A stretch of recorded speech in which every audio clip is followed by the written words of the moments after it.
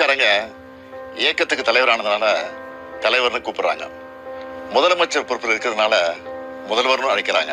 இப்ப இருக்கிற இளைய தலைமுறை என்ன அப்பான்னு அழைக்கிறத கேட்கிறப்பவே ரொம்ப ஆனந்தமா இருக்கு.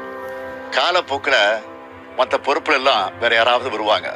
ஆனா இந்த அப்பா என்ற உறவு மாறாது. அந்த சொல் என்னுடைய பொறுப்புகளை இன்னும் கூட்டி இருக்குன்னு சொல்லுவேன். நான் இன்னும் தமிழ்நாட்டுக்கு செய்ய வேண்டிய கடமைகள் நிறைய இருக்குன்னு எனக்கு உணர்த்துது.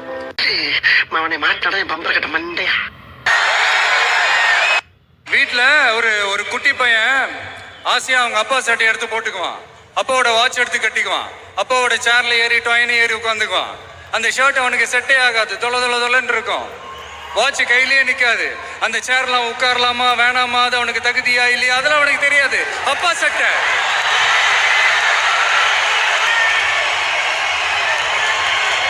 அப்பா மாதிரி ஆகணும்னு கனவு, இதெல்லாம் தவறு.